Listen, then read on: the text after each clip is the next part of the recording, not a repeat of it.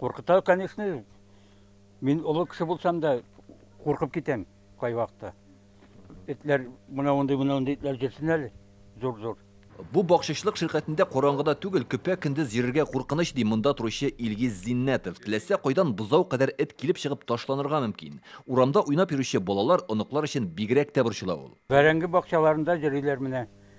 Мин үземдә күрдем әле, шунда йөриләр. Тап. Үзләре ашаталар, кормят, аннары жалуются үзләре. Вот, шундый хәл.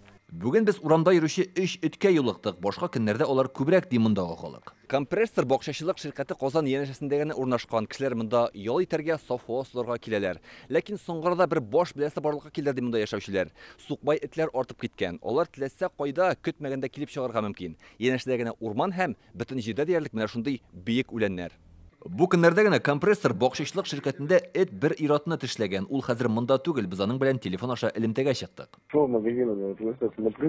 Мин урамнан бара идем, эт каршыма килеп чыкты да, кулыма сикереп тешләп тә алды. Икенче кулым белән эткә китереп суктым. Ул шунда ук качты. Әгәр минем урында берәр бала булса, сукбай этләрне куркытмасаң, таларга да күп сорап тормыйлар бит. Бу инде беренче генә очрак түгел. Узган елларда да этләр күп йөргән. Хәзер халык бөтенләй куркуга калган. Урамда йөрүче этләр арасында колагына тамга куелганнар да, чипсызлары да бар. Каядыр югалып торалар да, тагын килеп чыгалар диләр. Детей я одних не отпускаю. Мин балаларны хәзер урамга үзләрен генә чыгармыйм. Күптән түгел бер егет велосипедта бара иде, аны этләр урап алды. Көч хәл белән качып кытылды. Безнең хуҗалык янына да этләр йөри башлаган иде. Үрши башламасыннар тагын дип, мин аларны куалап җибәрдем. Бер урынга яләшсәләр, кутылып булмый аннары. Казанда хуҗасыз этләр акрынлап булса да кими ди белгечләр. Зарланучылар да азая. Тиздән башкалада эт һәм мәчеләрне бушлай стерильләштерү буенча акция башланачак. Җәен сукбай этләр тынычлык һәм ризык эзләп бакчаларга бара. Көннәр сулкынета башлагач, алар яңадан шәһәргә кайтачак. Чөнки дачаларда кеше калмый. Колада тешләү очракларда артырга мөмкин. Каждый год наблюдается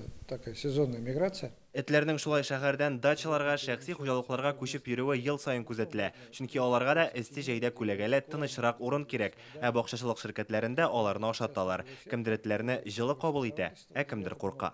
Халыктан зарланып язылган гаризалар күп килә, тигетләрне тотуы кыен ди приют белгечләре. Хуҗасыз этләр аулаучы хезмәткәрләр компрессор һәм Собис бакчачылык ширкәтләренә 4 тапкыр килгән. 3 эт җире кичекне алып киткәннәр. Тик монда яшәүчеләр аларны кире барып ала.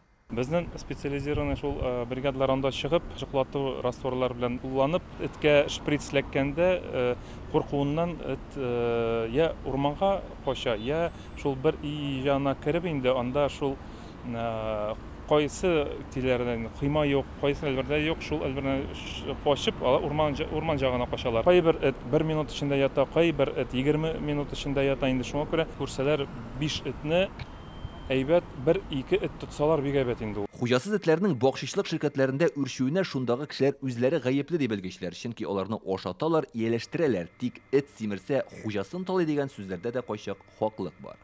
Илдар Сафиуллин, Илшат Мөхәммәтов, Яңа Гасыр каналы.